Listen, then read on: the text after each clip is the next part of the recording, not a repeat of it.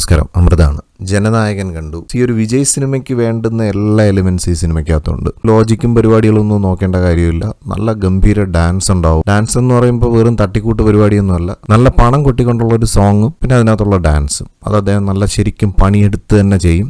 ഈ ഒരു സിനിമയ്ക്കകത്ത് one last time എന്നുള്ള നിലയിൽ നമ്മുടെ അനിരുദ്ധ് വന്ന് ഞാൻ റിക്വസ്റ്റ് ചെയ്യുന്നുണ്ട് ഒന്നും കൂടെ ഡാൻസ് കളിക്കാനായിട്ട്. അപ്പോൾ അതിനുശേഷം പഴയ കുറേ ബീറ്റ്സ് എല്ലാം കൂടെ അങ്ങനെ റീകോൾ ചെയ്തൊരു റീമിക്സ് പോലെ ആളൊന്നും കൂടെ തകർത്ത് ഡാൻസ് കളിച്ചിട്ടുണ്ട്. പക്ഷേ ആ പാട്ട് ആ സിറ്റുവേഷനിൽ എങ്ങനെ എന്ന് ചോദിച്ചു കഴിഞ്ഞാൽ പ്രത്യേകിച്ച് ലോജിക്കൊന്നുമില്ല. എങ്കിലും ഇങ്ങനൊരു പാട്ടും ഡാൻസും ഈ സിനിമയ്ക്കകത്ത് വേണം. അപ്പോൾ അത് പ്ലേസ് ചെയ്യാൻ പറ്റുന്ന അനുയോജ്യമായിട്ടുള്ളൊരു സ്ഥലത്ത് തന്നെ അത് പ്ലേസ് ചെയ്തിരിക്കുന്നത്. ഫൈറ്റ് എന്ന് പറയുന്നത് എനിക്ക് തോന്നുന്നു ഒരു 3-4 സീക്വൻസ് ഓഫ് ഫൈറ്റ്സ് ഉണ്ട്. അത് നല്ല ഗംഭീര പണിയെടുത്തിട്ടുള്ള പരിപാടികളാണ്. ഈ രണ്ട് കാര്യങ്ങളും സാറ്റിസ്ഫാക്ടറി ആയിരുന്നു. പിന്നെ ഒരു മാസ് ആക്ഷൻ മൂവിയാണ്. അപ്പോൾ അതുകൊണ്ട് തന്നെ വിജയ് ഫാൻസിൻ്റെ കൂടെ ഇരുന്ന സിനിമ കാണുക എന്ന് പറയുന്നത് വേറൊരു വൈബാണ്. ഇപ്പോൾ ഞാൻ പഠിക്കുന്ന കാലത്തൊക്കെ മോഹൻലാൽ ഫാൻസിൻ്റെ കൂടെ ഇരുന്ന സിനിമ കാണുമായിരുന്നു. ഞാനൊരു ഫാനുമായിരുന്നു. അപ്പോൾ അന്നൊക്കെ നമുക്ക് ആ ഒരു സിനിമയുടെ ക്വാളിറ്റി, ആ ഒരു സ്റ്റോറി ടെല്ലിംഗ് എങ്ങനെയാണ്, അതിൻ്റെ ടെക്നിക്കൽ ആസ്പെക്ട്സ്, ഇതൊന്നും നമുക്ക് ബോധേഡല്ല.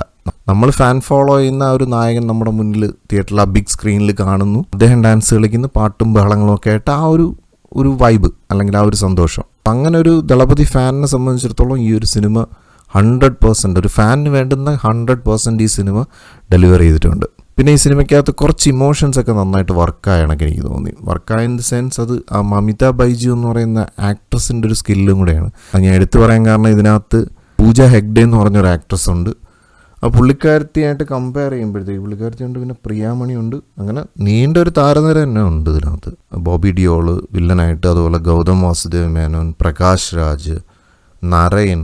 അപ്പം ഞാൻ പറഞ്ഞു തന്നത് മമിതയുടെ ഒരു പെർഫോമൻസ്, അതായത് വിജയ് ചെയ്യുന്ന ഒരു ക്യാരക്ടറായിരുന്നാലും മമിത ബൈജുവിൻ്റെ ആ ഒരു ക്യാരക്ടറായിരുന്നാലും ഇവർ തമ്മിലുള്ളൊരു കെമിസ്ട്രി, അവരുടെ ആ ഒരു ഇമോഷൻസ്, ഇതെല്ലാം എനിക്ക് നല്ലൊരു കണക്ഷൻ ഫീൽ ചെയ്തത്. അതിൻ്റെ മെയിൻ റീസൺ എന്ന് പറയുന്നത് സിനിമയുടെ ആ ഒരു ഓവറോൾ മൊമെൻറ്റം കുറച്ച് ഫാസ്റ്റായിട്ടുള്ള മൊമെൻറ്റം ആണെങ്കിലും ഇത്തരത്തിലുള്ള ഇമോഷണൽ സീൻസ് വരുന്ന സമയത്ത് അവരങ്ങനെ ടെമ്പോ കുറയ്ക്കുന്നുണ്ട്. ആ ഒരു സ്റ്റോറി ടെല്ലിങ്ങിൻ്റെ ആ ഒരു ടെമ്പോ അവിടെ വെച്ചൊന്ന് കുറയ്ക്കുന്നുണ്ട്. അത് ശരിക്കും ആ ഒരു ഇമോഷൻ കൺവേ ചെയ്യാൻ വേണ്ടിയിട്ടാണ്. പിന്നെ ആ സമയത്ത് ആ ഒരു ഇമോഷണൽ പിച്ചിങ് ഒക്കെ കിട്ടത്തക്ക വിധത്തിലുള്ള ഒരു സ്കോറിങ്ങും ആ സമയത്ത് അനിരുദ്ധ് ചെയ്തിട്ടുണ്ട്. പിന്നെ ബാക്കി അനിരുദ്ധിൻ്റേതായിട്ടുള്ള ഒരു തട്ടുപൊളിപ്പം പരിപാടി ആ ഡാൻസിലായിരുന്നാലും അവിടെയൊക്കെ ഗംഭീര പരിപാടികൾ ചെയ്തിട്ടുണ്ട്. അതുപോലെ ഫൈറ്റ് സീക്വൻസുകളിൽ വരുമ്പോഴത്തേക്ക് അവിടെയൊക്കെ സീൻ എലിവേറ്റ് ചെയ്യുന്നതിലൊക്കെ അനിരുദ്ധിൻ്റെ മ്യൂസിക് സ്കോറിന് ഒരു ഗംഭീരമായിട്ടുള്ള റോളുണ്ട്. അതാൾ നല്ല അറിഞ്ഞ് പണിയെടുത്തിട്ടുണ്ട്. പിന്നെ ആക്ഷനും ഫൈറ്റിനും ഒക്കെ വേണ്ടിയിട്ടുള്ള ഒരു സിനിമാറ്റോഗ്രാഫിയാണ്. ഓവറോൾ സിനിമാറ്റോഗ്രാഫി കൊള്ളാം. പക്ഷേ എങ്കിലും കളറിംഗ് ഒക്കെ കണ്ടപ്പോഴത്തേക്ക് ഭയങ്കര ഒരു ആർട്ടിഫിഷ്യൽ ഫീല് കിട്ടുന്ന ഒരു കളർ ടോണാണ് ഈ സിനിമയ്ക്ക്. അത്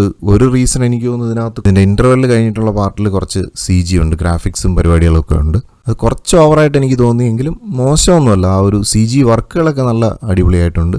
അതായത് തമിഴ് സിനിമയിൽ നമ്മൾ അവസാനം CGയുടെ ഒരു സംഭവം കണ്ടത് ശങ്കറിൻ്റെ സിനിമകളിലാണ്. ആ ഒരു റേഞ്ചിൽ നിന്നൊക്കെ കുറച്ചും കൂടെ അഡ്വാൻസ്ഡ് ആയിട്ടുണ്ട്. അല്ലെങ്കിൽ ഇപ്പോഴത്തെ ഒരു ജനറേഷൻ ഓഫ് CG ഇതിനകത്ത് ബെറ്ററായിട്ട് ചെയ്തിട്ടുണ്ട്. ഇതിനകത്ത് ഫ്ലാഷ് ബാക്ക് ആയിട്ടാണ് കാണിക്കുന്നത്, അല്ലാതെ ഈ ഒരു നോൺ ലീനിയർ പരിപാടികളൊന്നും അല്ല പിടിച്ചിരിക്കുന്നത്. അതുകൊണ്ട് തന്നെ ഈ മുറിച്ച് പാട്ടായിട്ട് കാണിക്കുന്ന കണക്കുള്ള ഒരു പ്രതീതിയാണ്. കാരണം ഈ ഓരോരോ സീനുകൾ നമ്മളിങ്ങനെ അടുക്കി പറക്കി നോക്കുമ്പോഴത്തേക്ക് എല്ലാം കൂടെ ഒരു സ്കാറ്റേർഡ് ഫീലിംഗ് തോന്നും. സിനിമ ആകെ മൊത്തത്തിലൊരു സ്കാറ്റേർഡ് ഫീലിംഗ് ആണ്.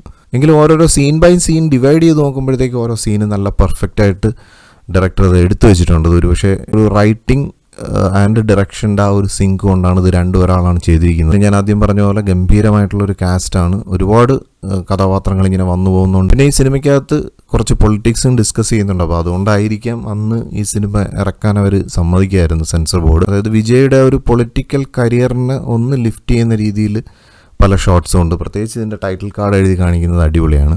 ഒരുപക്ഷെ ഇങ്ങനെ ഒരു ടൈറ്റിൽ കാർഡ് ഇനി ഒരു ആക്ടർക്കും ചിലപ്പോൾ കിട്ടണമെന്നില്ല.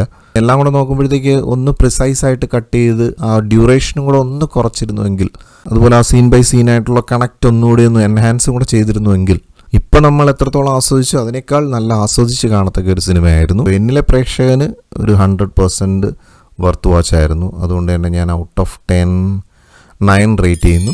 ഞാൻ ശരിക്കും ഒരു വിജയ് ഫാനല്ല. അദ്ദേഹത്തിൻ്റെ റീസെൻ്റായിട്ട് വന്ന ഏതോ 1-2 മൂവീസ് ഞാൻ കണ്ടിട്ട് അത് റിവ്യൂ പോലും ചെയ്തില്ല. കാരണം എനിക്ക് ആ സിനിമകളൊന്നും അത്ര വർക്കായില്ല. പക്ഷേ അദ്ദേഹത്തിൻ്റെ ആ ഒരു പൊളിറ്റിക്കൽ എൻട്രി അത് എത്രത്തോളം വർക്കാവും എന്നുള്ളതൊക്കെ വലിയൊരു ആശങ്കയുണ്ടായിരുന്നു. അവിടെ ഒക്കെ അദ്ദേഹം ഓവർകം ചെയ്തു വന്നത്, അതിനോട് എനിക്കൊരു ഫാൻ ഫോളോയിങ് ഫീലുണ്ട്. തുടർന്ന് അദ്ദേഹത്തിൻ്റെ ഭരണമായിരുന്നാലും വളരെ മെച്ചപ്പെട്ട രീതിയിൽ പോകുന്നു എന്നൊക്കെയാണ് ന്യൂസ് മീഡിയയിലൂടെയൊക്കെ അറിയുന്നത്. അപ്പോൾ എന്തായാലും സിനിമയിൽ അദ്ദേഹം കോൺട്രിബ്യൂട്ട് ചെയ്തതിനേക്കാളും ഒക്കെ അദ്ദേഹത്തിൻ്റെ ആ ഒരു പൊളിറ്റിക്കൽ കരിയറിനെ ജനങ്ങൾക്ക് കുറച്ചുകൂടി ഉപയോഗപ്രദമായി മാറട്ടെ എന്ന് പ്രാർത്ഥിക്കുന്നു. അപ്പോൾ എന്തായാലും മറ്റൊരു സിനിമാ വിശേഷമായിട്ടോ അല്ലെങ്കിൽ ഒരു ബ്ലിസ്ഫുൾ സ്റ്റോറി ആയിട്ടോ വീണ്ടും കാണാം. Thank you for watching and thank you for supporting me.